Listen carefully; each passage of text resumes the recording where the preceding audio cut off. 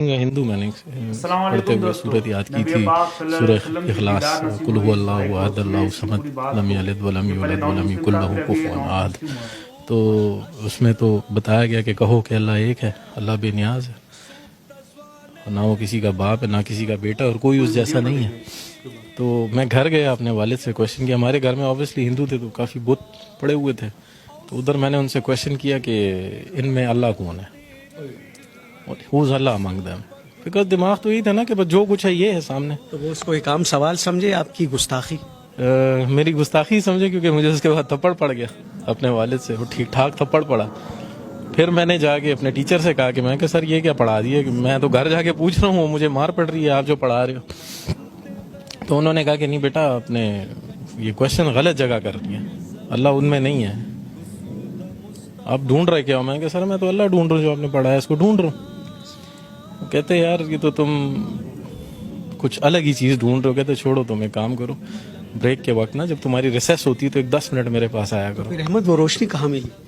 سر یہ روشنی جب میں میٹرک میں چلا گیا تب مطلب میں اسلامیات میں اتنا تیز ہو گیا تھا کہ میرے جو کلاس فیلوز تھے مجھ سے صورتوں کے آیتوں کے ترجمے پوچھے تھے پیپر کے اندر نا، آلموسٹ 2-3 کو تو میں نے خود ہی پیپر بھی کروا دیا تھا۔ تو بس اس وقت یہ روشنی مجھے نصیب ہو چکی تھی۔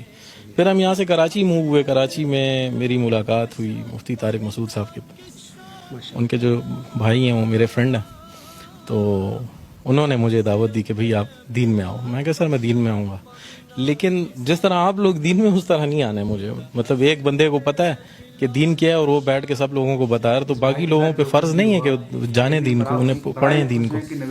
کیونکہ میں نے تو جب قرآن پڑھنا شروع کیا تھا تو اس میں جو پہلا ورڈ پڑھا تھا وہ تھا اقرا، پڑھو، اقرا بسم ربک الذی خلق، پڑھو۔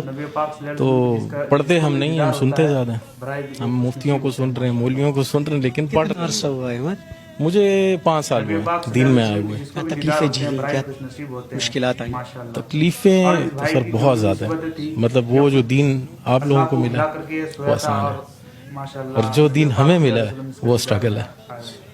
مطلب اگر میں کویشچن کر لوں کہ آپ سے کویشچن کر لوں آپ نے دین کے لیے کیا کیا، تو آپ کے پاس اس کا کوئی جواب نہیں ہے۔ لیکن میں نے اپنی وائف چھوڑی ہے، میں نے گھر چھوڑا ہے، دولت چھوڑی ہے، جائیداد چھوڑی ہے، میں نے ایک نوکری چھوڑی ہے، وہ سٹی چھوڑا ہے جو پسند تھا مجھے، سب کچھ چھوڑ، تقریباً سب کو چھوڑ دیا۔ بس ٹوٹل جو دولت ہے وہ میرا بیٹا ہے موسیٰ۔ یہ بھی مسلمان ہے؟ جی جی جی۔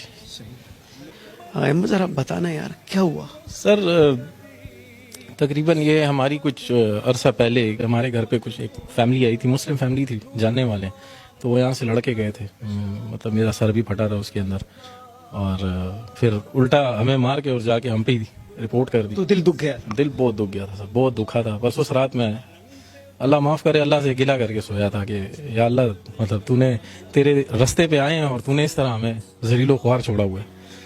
تو تقریباً فجر کے وقت ہم نماز کے لیے اٹھتے ہیں، تو میں نماز کے لیے اٹھوں تو دیکھیں سامنے ایک تیز روشنی ہے میرے بالکل سامنے، اس تیز روشنی میں جو ہیں وہ سرکار دو عالم کھڑے ہوئے ہیں، تشریف وہاں پہ کھڑے ہیں، اور مجھے انہوں نے آواز دی یا احمد، پھر کہو یا احمد، یہ، پھر کہو یا احمد، یہ کہا انہوں نے۔ تو میں نے انہیں سلام کیا، تقریباً 16 منٹ ہماری بات چیت رہی، اور تقریباً جب یہ سویا تو نبی پاک صلی اللہ علیہ وسلم اس کے دیدار جو بھی ماشاءاللہ کیا بات ہے، اور اسے سارا کچھ بتایا ہوگا۔ دین میں چلنا اتنا آسان نہیں ہے۔